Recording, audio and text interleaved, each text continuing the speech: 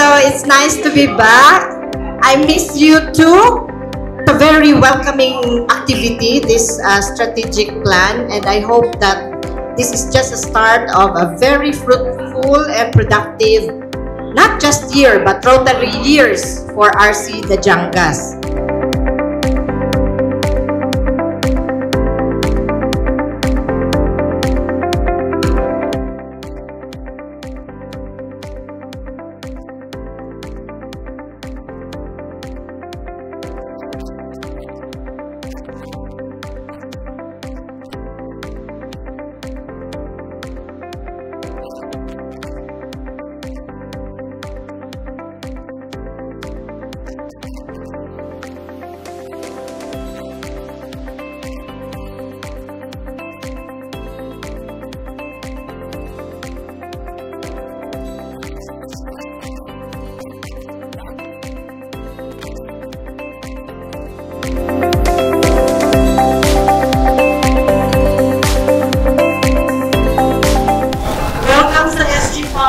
Our 2025-2026 planning.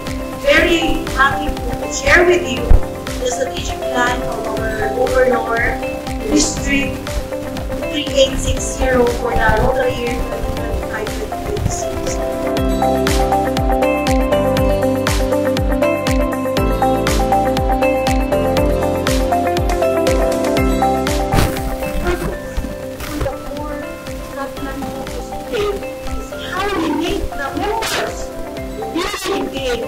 Happy. So we will not plan to go out to this club really clear of the year. So when we plan, let us consider that no one is left behind. Strategic planning isn't about numbers, targets, or timelines. It's about our legacy. Make sure na itong mga project we launch, every peso that we raise, every hand that we held, brings us closer to each one of us here. Kasi lahat tayo natulungan ng maraming tao. We will never be who we are without the help of so many people para magkaroon tayo ng magandang buhay. Ang giving kasi is, we show gratitude to our parents, we show gratitude to all the people who help us. Nagkakaroon tayo ng kaligayahan eh.